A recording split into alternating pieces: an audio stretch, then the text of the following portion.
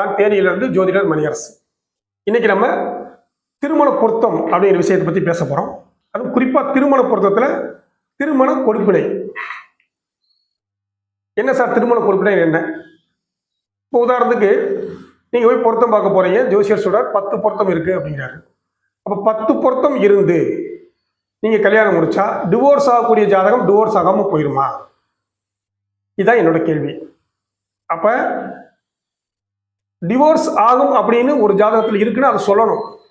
அதை சொல்லிட்டா பேரண்ட்ஸ் கொஞ்சம் கன்வின்ஸ் ஆயிடுவாங்க, அல்லது அதை ஏற்றுக்கொள்ளக்கூடிய மனப்பக்குவத்துக்கு வந்துடுவாங்க. அதை நம்ம எதுவும் சொல்கிறதில்ல. 10 பொருத்தம் பார்த்து ஓகே அப்படின்னு முடிவு பண்ணிடுறீங்க. ஆனால் அதுதான் டிவோர்ஸ் போய் நிற்குது. அதுக்கு என்ன காரணம்? கொடுப்பனையை சொல்ல தெரிய வேண்டும். கொடுப்பனைனா என்ன சார்? ஒரு ஆண் ஜாதகத்தில் கலத்திரகாரன் யார்? சுக்கிரன்.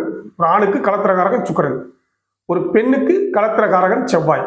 இதை ஞாபகம் வச்சுக்கோங்க. ஒரு ஆண் ஜாதகத்தில் சுக்கிரன் சனியோடு சேர்ந்து ராசி, நவாம்சம், திரேக்கானம், துவதசாம்சம், இந்த 4 சக்கரங்கள்ல சனியோடு சேர்ந்து இருந்தால் தாமத திருமணம் அப்படிங்கிறத சொல்லணும். இந்த சனி 5, 9 உள்ள அதிபதியாக இருந்தால் இந்த தாமத திருமணம் இருக்காது. இருந்தாலும் தாமத திருமணம் என்பது பெரும்பாலும் வந்து விடுகிறது. சரி, அதே போல ஒரு பெண் ஜாதகத்தில் செவ்வாய் போய் சனியோட சேர்ந்து இருந்தாலும் தாமத திருமணத்தை சொல்லணும். இது கலத்திரக்காரகர் இருக்கு. அடுத்து சுக்கிரன் சனியோட சேர்ந்துருச்சு சார். ஒரு ஆண் ஜாதகத்தில் சுக்கிரன் சனியோட சேர்ந்துருச்சு. அங்க 7ஆம் அதிபதியும் சனியோட சேர்ந்தா தாமத திருமணம் கன்ஃபார்ம். 30 வயசுக்கு மேல, 28, 29 வயசுக்கு மேல கல்யாணம் தாராளமா சொல்லிடலாம். அப்படி பண்றதுதான் நல்லது.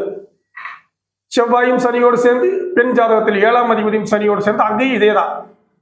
இது தாமத திருமணத்தை சொல்லும். சரி, இங்க கேது சேர்ந்துருச்சு சார், திருமணமே இல்லை அல்லது திருமணம் டிவோர்ஸ் ஆகும் அப்படின்னு சொல்லணும். உதாரணமா ஒரு ஆண் ஜாதகத்துல நவாம்சத்துல சுக்கிரன் சனி கேது சேர்க்கை, திரைக்காலத்துல சுக்கிரன் கேது சேர்க்கை, துவதசாம்சத்துல சுக்கிரன் சனி சேர்க்கை. இங்க இவருக்கு தாமத திருமணமும் இருக்கு, டிவோர்ஸும் இருக்கு. அப்ப இந்த விஷயங்களை ஒரு ஜோதிடர் சொல்ல தெரிந்திருக்க வேண்டும். இந்த காலத்தை எடுத்து போட்டேன்னு சொல்லிடுவாங்க. பெரும்பாலும் இப்ப எல்லாம் ஜோதிடர் நவாம்சமே பார்க்கறதில்ல. நான் திரேகானம் சொல்லி துவதசாம்சம் வரைக்கும் சொல்லிக்கிட்டு இருக்கேன். சரிங்களா? அப்போ இந்த கொடுப்பனையை சொல்ல தெரிஞ்சிருக்கணும். சார் உங்களுக்கு குழந்தை இருக்காது, சொல்ல தெரிஞ்சிருக்கணும்.